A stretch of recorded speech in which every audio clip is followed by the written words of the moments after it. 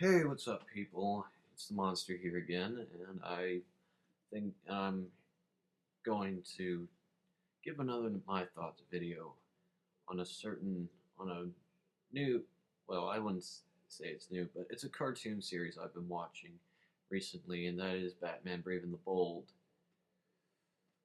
I, I'll be honest, I didn't really like the concept or the look of the show at first, but when I actually started watching it, I really got into it, and now I really love this show. It is so good.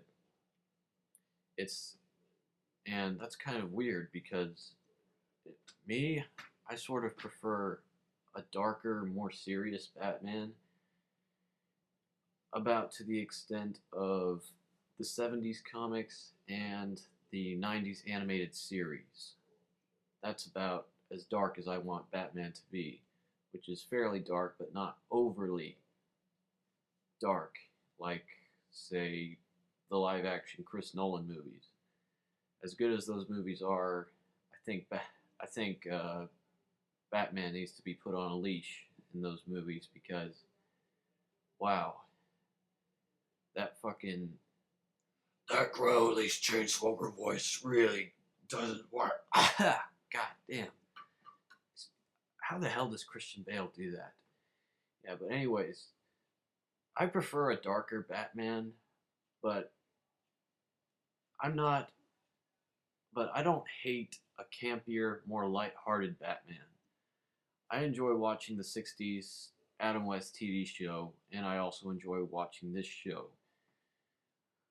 And really, like, this is one of those shows where you watch it and you kind of check your brain at the door because it's very over the top. It's very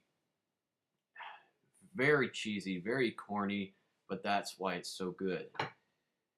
It it has a certain campy charm, and that works to its advantage.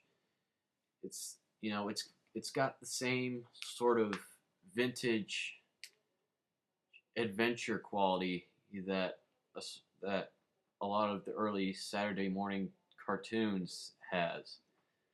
It's because I mean Batman's utility belt. I swear to God, Batman has all manner of weapons in his utility belt. I mean, he has he has a car which can transform into a jet. He can pull a freaking lightsaber out of his utility belt. I think one of my favorite episodes is the one with the metal men because like that was that was actually a superhero team in the DC universe I didn't know much about, but the episode with the metal men is one of my favorite episodes simply because of the moment where all the metal men and just sort of they jump all over Batman and they form like this bat armor. That was just damn. It's like it's so cool. It's just so random, but it's so awesome and cool at the same time. That's how I feel about this show, and it's also very.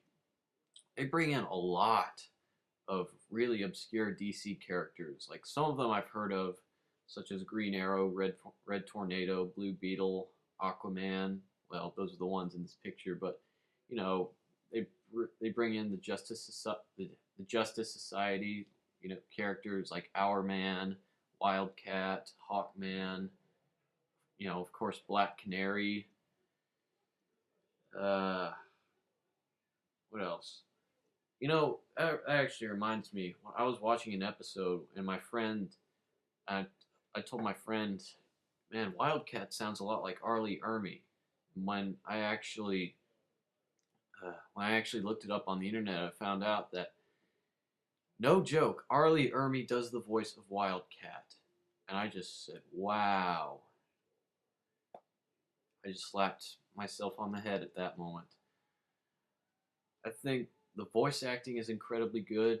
The guy who does Batman's voice, I think Diedrich Bader, whatever, he does a good job. Well, with this kind of Batman, because remember, this isn't the really dark and serious type of Batman who would, you know, who would chain you up and pull your teeth out slowly one by one with a pair of pliers.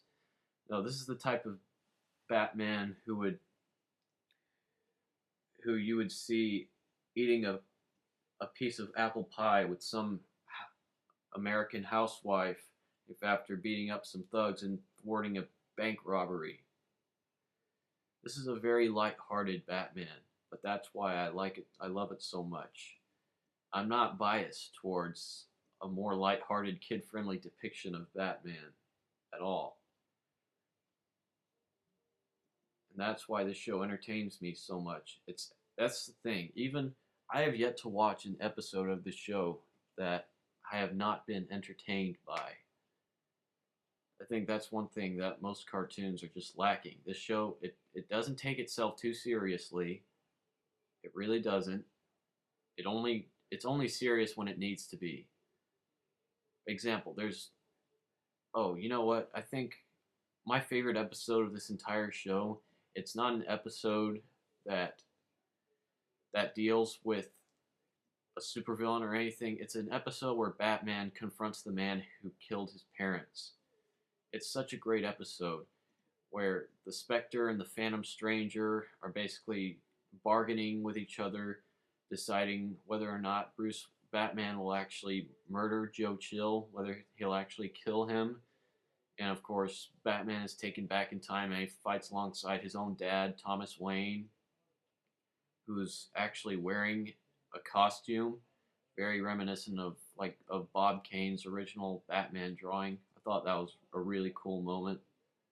Plus the fact that Adam West does Thomas Wayne's voice, and damn it, I wish I knew the name of the actress who did Martha Wayne's voice, but I know she was an actress who played Catwoman in the '60s TV show. If anybody knows her name, please tell me and leave a comment.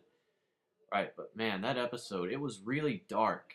It was probably the darkest episode of the entire show, and it was written by Paul Dini, one of the writers who wrote many, many, many episodes of the animated series. And I think that's one thing about this show. It's way different from the '90s animated series, but that's a good thing. This show has made an identity for itself. For me, no other Batman show will surpass the '90s animated series because that was the show that introduced me to Batman. That was the show in which I first heard about Batman and I was first brought into the world of Gotham City. You know, before I saw any other show, any of the live action movies, I saw the '90s TV show. And this show, it's a close second. It's really that good. And plus, the very last episode that they showed was actually the last episode I saw. Was the episode in which they actually showed Darkseid for the first time, and Batman actually starts to form the Justice League, in which in this third season they'll be bringing in both Wonder Woman and Superman. So it'll be cool to see them, and we'll actually get to see the entire Justice League. That's going to be awesome. And it's a shame that it's going to be canceled after the third season, but you know what? I guess I'm fine with that. I think this show's had a pretty good run. I'm also waiting for them to come out with the DVDs. Those bastards ever come out with the fucking DVDs? Well, that's all I have to say, folks. If you have not seen any episodes of this series, then go see it. Especially like every single preview they have before they actually show the rest of the episode when Batman teams up with another superhero. Alright, well, that's all I have to say. Goodbye.